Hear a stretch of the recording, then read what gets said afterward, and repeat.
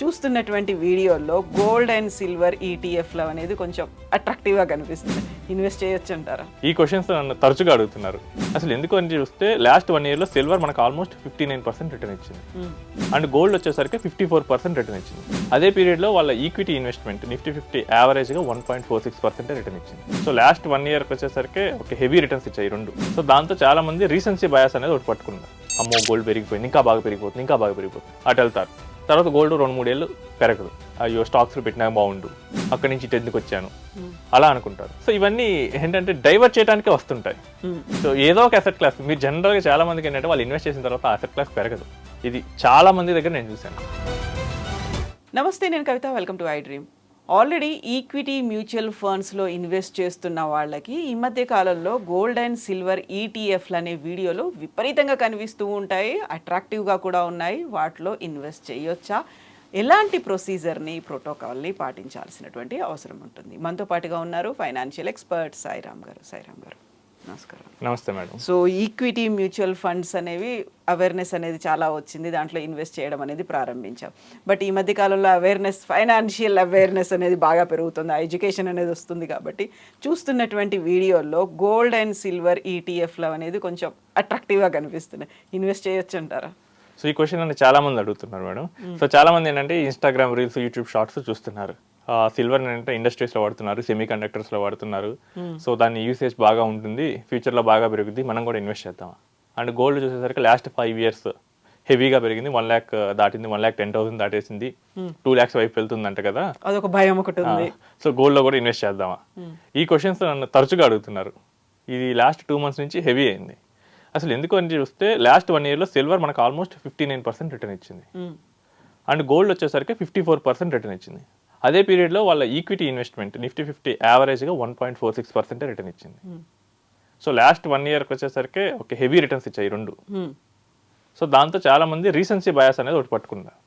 Recency bias అంటే రీసెంట్గా జరిగిన ఈవెంట్స్ మన మైండ్ మీద చాలా ఎక్కువ ఎఫెక్ట్ చూపిస్తాయి. సో గోల్డ్ బాగా పెరగడం చూశారు, సిల్వర్ బాగా పెరగడం చూశారు. సో ఆటోమేటిక్గా వాళ్ళ ఈక్విటీ ఇన్వెస్ట్మెంట్స్ పెరగట్లేదు. ఇక అప్పుడు ఏంటి, వాళ్ళు అసలు ఎందుకోసం వచ్చారో మర్చిపోయారు. వాళ్ళు ఈక్విటీ వాటిలో ఎందుకు ఇన్వెస్ట్ చేస్తున్నారు, ఈక్విటీ ఇచ్చే రిటర్న్ తీసుకుందామని చెప్పేసి ఇన్వెస్ట్ చేయడానికి వచ్చారు. బట్ ఇప్పుడు ఏంటి, గోల్డ్ పెరుగుతుంది, సిల్వర్ పెరుగుతుంది, డైవర్ట్ అయిపోతున్నారు. ఇది కొంచెం మనం ఇన్ డీటెయిల్గా చూస్తే ఒక 5 years పీరియడ్ చూసుకుంటే సిల్వర్ ఇచ్చిన రిటర్న్ 14.89% అండ్ గోల్డ్ ఇచ్చిన రిటర్న్ 16.61%. బట్ అదే టైంలో నిఫ్టీ 500 23.8% ఇచ్చింది. అంటే మనకి లాంగ్ టర్మ్కి వచ్చేసరికి ఈక్విటీ బీట్ చేస్తుంది ఈ కమోడిటీస్ యావరేజ్న మనకి లాంగ్ 10 years, 15 years, 20 years వెళ్ళేటప్పుడు 10% ఆర్డ్లో ఉంటాయి. ఈక్విటీస్ 12% రిటర్న్ ఉంటుంది. అండ్ ఈ 12% రిటర్న్ తీసుకోవడానికి వచ్చిన వాళ్ళు ఈ 9% లాంగ్ టర్మ్ వైపు మూవ్ అవుతున్నారు. ఎందుకు? రీసెన్సీ బయాస్ వల్ల. అమ్మో గోల్డ్ పెరిగిపోయింది, ఇంకా బాగా పెరిగిపోతుంది అటు వెళ్తారు. తర్వాత గోల్డ్ 2-3 ఏళ్ళు పెరగదు, అప్పుడు ఏంటంటే అయ్యో స్టాక్స్లో పెట్టినా బాగుండు, అక్కడి నుంచి ఎందుకు వచ్చాను అలా అనుకుంటారు.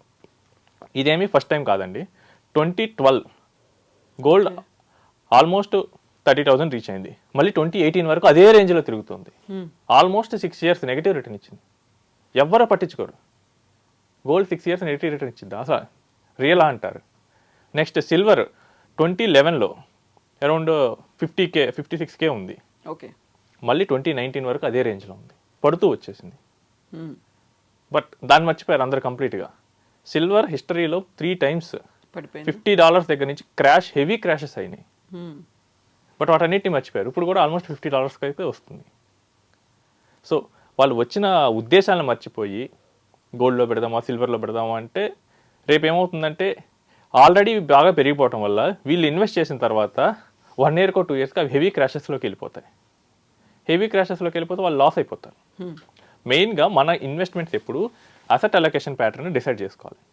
అంటే మన ఏజ్కి, మన రిస్క్ ప్రొఫైల్కి ఏ అసెట్ క్లాస్ ఎంత ఉండాలి, ఈక్విటీస్ ఎంత ఉండాలి, గోల్డ్ ఎంత ఉండాలి, సిల్వర్ ఎంత ఉండాలి, రియల్ ఎస్టేట్ ఎంత ఉండాలి, ఈ ప్యాటర్న్ని మనం ఫిక్స్ చేసుకొని ఈ ప్యాటర్న్లోనే మనం ఇన్వెస్ట్ చేసుకుంటూ వెళ్ళాలి. దీన్నే మనం ఇయర్లీ రీబ్యాలెన్స్ చేసుకుంటే మనకి ప్రతిసారి ఆప్టిమల్ రిటర్న్ వస్తుంది. మేము కొంతమంది కస్టమర్స్కి ఏం చేస్తామంటే ఎక్కువ రిస్క్ తీసుకెళ్ళిన వాళ్ళకి మల్టీ అసెట్ పోర్ట్ఫోలియోస్ డిజైన్ చేస్తాం. ఓకే, అంటే ఏంటంటే ఈక్విటీస్ ఒక 50% వరకు ఉంటాయి. మిగిలిన 50%లో ఏం చేస్తామంటే gold, silver, real estate bonds, next debt funds వీటిని ఇన్వెస్ట్ చేస్తాం. ఇప్పుడు లాస్ట్ 1 yearలో గోల్డ్ బాగా పెరిగింది, సిల్వర్ పెరిగింది, వాళ్ళ పోర్ట్ఫోలియోలో ఉన్నాయి, వాళ్ళు ఏం వరీ అవ్వరు. నెక్స్ట్ ఈక్విటీ బాగా పెరిగింది అనుకుందాం, 23-24లో బాగా పెరిగింది, వాళ్ళు అప్పుడు ఏం వరీ అవ్వాలి, ఎందుకంటే వాళ్ళ పోర్ట్ఫోలియోలో అది కూడా ఉంది. సో ఎవరి పోర్ట్ఫోలియోస్లో అయితే అవన్నీ ఉంటాయి మిక్స్చర్లో, ఎంతో కొంత ఎలకేషన్లో వాళ్ళు ఏమీ డీవియేట్ అవ్వట్లా. బట్ ఎవరైతే ఓన్లీ రిటర్న్స్ కావాలి నాకు అని చెప్పి చేస్తూ వచ్చారో వాళ్ళకి మాత్రం ఈ ప్రాబ్లం అయితే వచ్చేస్తుంది. సో మీరు వచ్చిన పర్పస్ని మర్చిపోతే కనుక ఇలాంటి డీవియేషన్స్ చాలా వస్తాయి. ఈరోజు గోల్డ్ సిల్వర్ వచ్చింది, రేపు రియల్ ఎస్టేట్ వచ్చింది, తర్వాత వచ్చే ఎఫ్డీ కూడా రావచ్చు. సో అంటే ఇదంతా గోల్డ్ సిల్వర్స్ ఏం పెరగలేదు, స్టాక్స్ పెరగలేదు, బట్ ఎఫ్డీ 7-8% రిటర్న్ ఇస్తున్నాయి అనుకోండి, దానివైపు పోతారా? బట్ మనం ఇచ్చింది పర్పస్ ఏంటి, దాన్ని మెయిన్గా దృష్టిలో పెట్టుకొని ఇన్వెస్ట్ చేయాలి. దాని నుంచి మనం రిటర్న్ తీసుకోవడానికే వచ్చాం. సో దాని నుంచే మనం ఆ అమౌంట్స్ దానికోసమే పెట్టండి. గోల్డ్ సిల్వర్ మీరు వాడుకోవాలనుకుంటే కన్జంప్షన్ కోసం కొనుక్కోండి. కావాలంటే 1 kg సిల్వర్ పెట్టేసి ఇంట్లో ప్లేట్స్ అన్ని సిల్వర్తో వేయించుకోండి. లేదు మీ ఫ్యామిలీ ఇంట్లో వాళ్ళకి గోల్డ్తో ఆర్నమెంట్స్ చేయించండి, 500 grams 1 kilo అలా పెట్టుకొని చేయించుకోండి. కన్జంప్షన్లో మీకు హ్యాపీనెస్ ఎక్కువ వస్తుంది ఈ కమోడిటీస్లో. బట్ నేను ఫినాన్షియల్ ఫామ్లో పెట్టుకుంటే ఆ హ్యాపీనెస్ రాదు. సో మనం ఇన్వెస్ట్ చేసేటప్పుడు అన్ని ఆస్పెక్ట్స్ని చూసుకోవాలి, ఎమోషనల్, ఫినాన్షియల్ అన్ని ఆస్పెక్ట్స్ చూసుకొని వాటి ప్రకారమే మనం చేయాలి.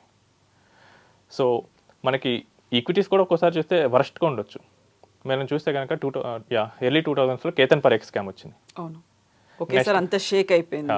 .com బబుల్, యూఎస్లో .com బబుల్ వచ్చింది. అంటే .com అన్న ఉంటే చాలు, ఏం చేస్తుందో తెలియకుండా ఇన్వెస్టర్స్ పెట్టేవాళ్ళు, తీరా చూస్తే ఈ ఫ్రాడ్ కంపెనీస్ అయ్యాయి. తర్వాత 2008లో గ్లోబల్ ఫైనాన్షియల్ క్రైసిస్ వచ్చేసింది, లేమన్ బ్రదర్స్ ఇన్సూరెన్స్ కంపెనీస్ మునిగిపోవటం వల్ల.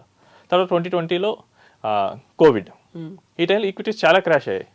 బట్ ఈక్విటీస్లో బెటర్ రన్ కూడా బాగుంటుంది. 2004 నుంచి 2007 వరకు ఎవ్రీ ఇయర్ 40% రిటర్న్ ఇచ్చింది. సో మీరు ఎప్పుడు ఇన్వెస్ట్ చేసేటప్పుడు లాంగ్ టర్మ్ యావరేజెస్ అనేది దృష్టిలో పెట్టుకోండి. లాంగ్ టర్మ్లో ఆ కేటగిరీ నాకు ఎంత ఇస్తుంది, సో దాన్ని పెట్టుకొని మీరు ఇన్వెస్ట్ చేయండి. షార్ట్ టర్మ్లో వచ్చే ఈ ఫ్లక్చువేషన్స్ వీటన్నిటిని మీరు డైవర్ట్ అవ్వద్దు.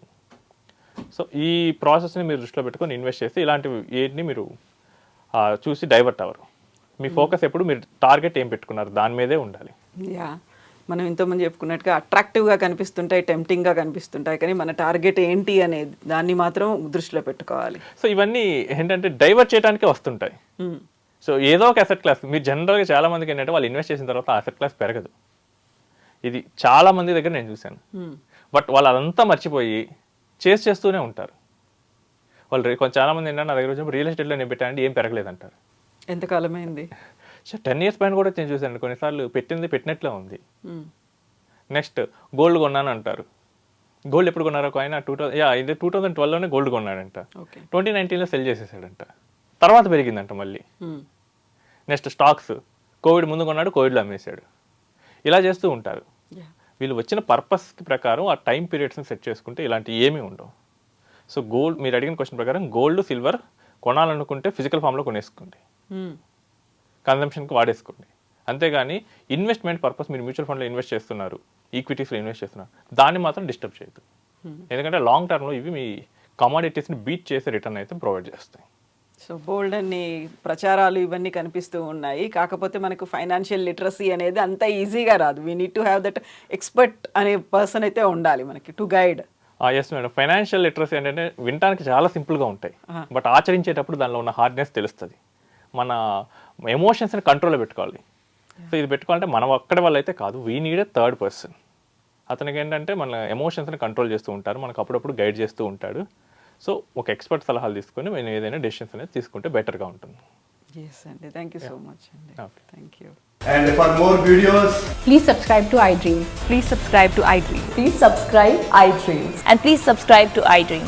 For more videos, subscribe to iDream. please like, share and subscribe to the channel. Congratulations, iDream. Subscribe to iDream. Subscribe to iDream. So subscribe to iDream Media. iDream ki iDream team andarki huge congratulations. Please subscribe iDream Media. Please subscribe to iDream. Subscribe iDream. Please subscribe to iDream. iDream అంటే నా కళల channel subscribe చేసుకున్న నోరు తిరుగుతలేదు, మీరైతే గంట గుర్తు కొట్టండి. For more such videos, please subscribe to iDream.